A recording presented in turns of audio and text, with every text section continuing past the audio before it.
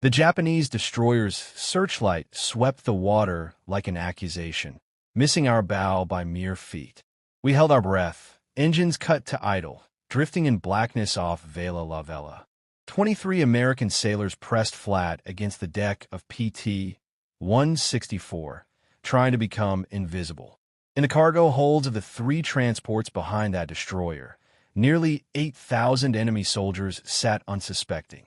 Their voyage to reinforce Kolombangara was about to end in the Solomon Sea. The date was July 19th, 1943. In 4 minutes we would emerge from the shadows and unleash hell. My hands gripped the twin .50 caliber mount until my knuckles ached.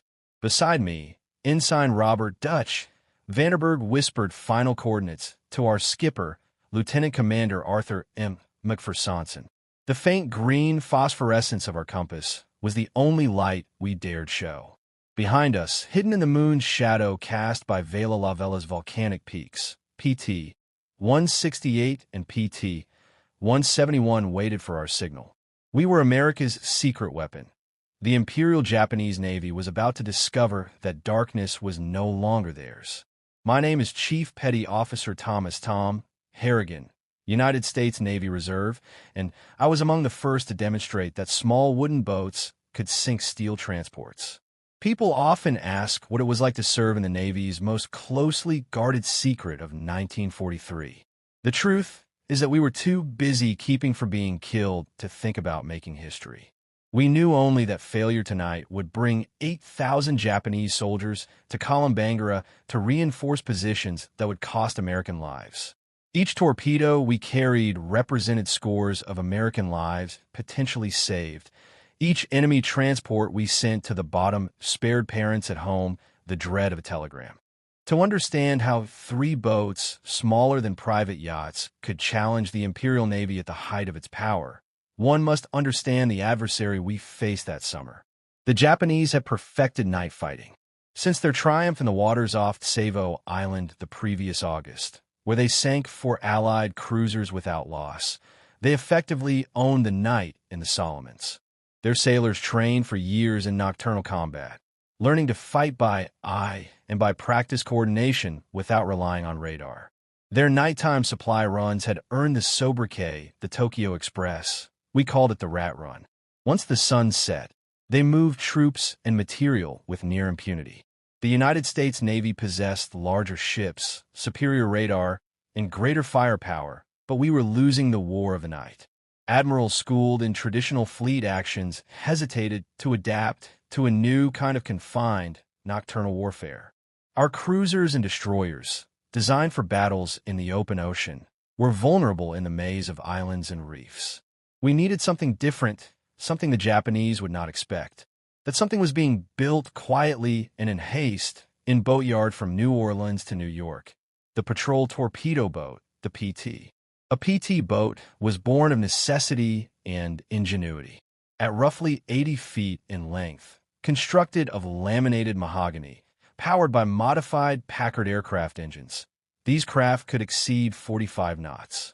We carried Mark 13 21-inch torpedoes, a 20mm Oerlikon cannon, and multiple heavy machine guns.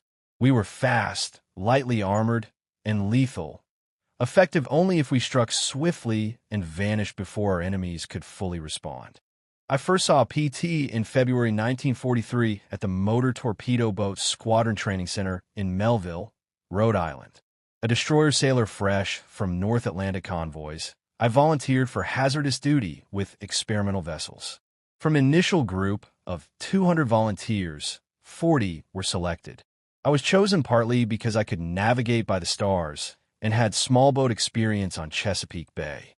My first impression of PT-164 was disbelief.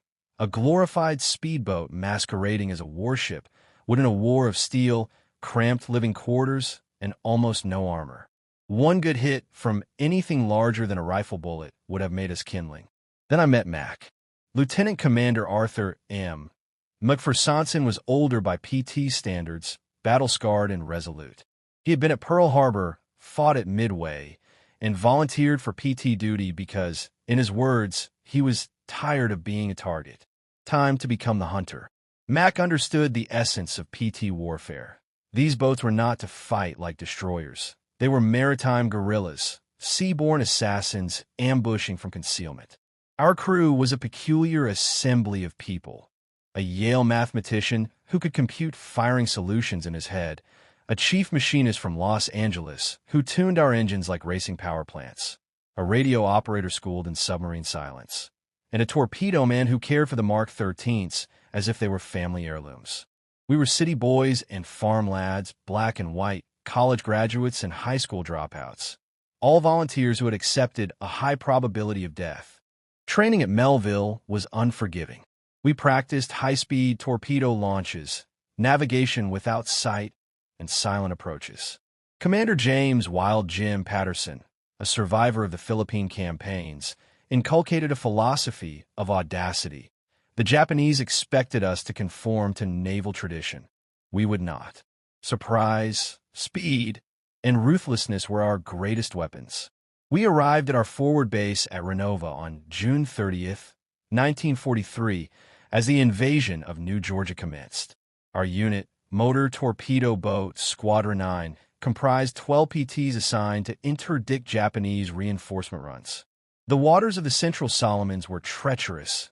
Reefs, currents, and enemy reconnaissance posed constant hazards. Our first patrol on July 5th was a disaster. Aircraft spotted us, destroyers chased us, and PT-158 was obliterated by a 5-inch shell with all hands lost. That night Mac reminded us that we were not built for gun duels.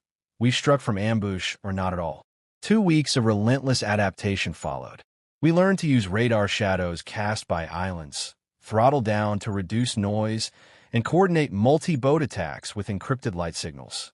The intelligence network supporting us, Australian coast watchers, Solomon Islander informants, and occasional decrypts from Pearl Harbor, was indispensable.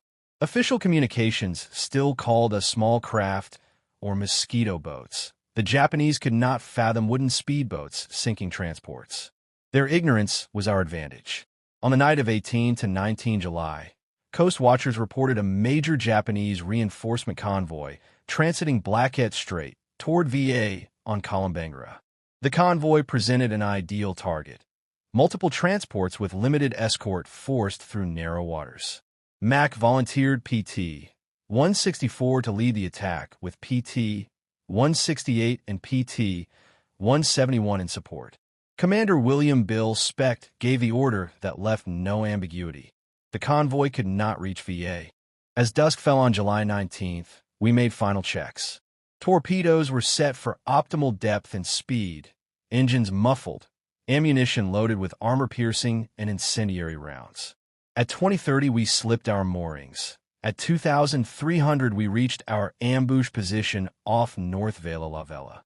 At 23:47, Coast Watcher transmission confirmed the convoy's approach.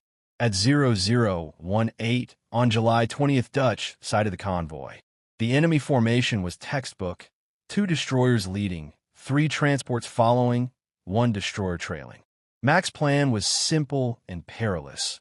PT-168 would strike port, PT-171 starboard, and PT-164 straight up the center, threading the needle between escorts to achieve maximum effect. At 1,000 yards, Mac gave the signal. All 3 PTs surged. In seconds, we were racing at 40 knots. We cleaved through the convoy's formation before they could respond. I opened fire with the twin .50s and watched tracers bite into a destroyer bridge. Paddy O'Brien launched 2 Mark 13s at 600 yards, point-blank torpedo shots that were nearly impossible to miss. 1 converted passenger liner, laden with over 3,000 troops, was struck. The explosion split her and sent thousands into the sea. PT-168's torpedoes struck the second transport, detonating an ammunition load that erupted in a volcanic blast. Flames, debris, and screaming men filled the night. The destroyers scrambled. Their 25mm guns stitched the air with green tracer, and their 5-inch batteries threatened to shred our wooden hulls. 1 escort attempted to ram us. We twisted and escaped within 10 feet, spraying its bridge at point-blank range. PT 171 suffered heavy damage and was forced to withdraw, but not before PT 168 and PT 164 delivered devastating blows. By dawn, 2 of the 3 transports lay sunk, carrying thousands of enemy soldiers to the bottom. The remaining transport and escorts retreated, their reinforcement run shattered. We limped back to Renova battered but victorious. Debriefings extracted every detail. Intelligence disseminated our lessons to PT squadrons across the Pacific. The immediate tactical effect was profound. Supply runs grew riskier, escort numbers increased, and Japanese commanders feared the night in ways they had not before. Psychologically, the myth of Japanese night invincibility was broken. The success came at cost. Weeks after our action, other PT boats struck mines or were hunted down. Comrades and boats were lost. By October 1943, our squadron had lost 7 boats and 73 men. Even as we had sunk or damaged dozens of enemy vessels and prevented countless reinforcements from reaching front lines. The exchange was brutal but irreversible. Each lost PT could be replaced. Experienced enemy crews and transports could not. PT boats evolved rapidly. Better engines, radar, armor, but the core principle endured: speed, surprise, and audacity.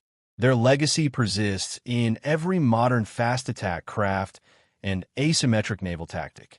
When I returned to the United States in October 1943 and later resumed service, I carried with me the conviction that innovation and courage can overturn conventional wisdom. Decades later, I sit among faded photographs and yellowed clippings and still hear the roar of Packard engines on a dark sea.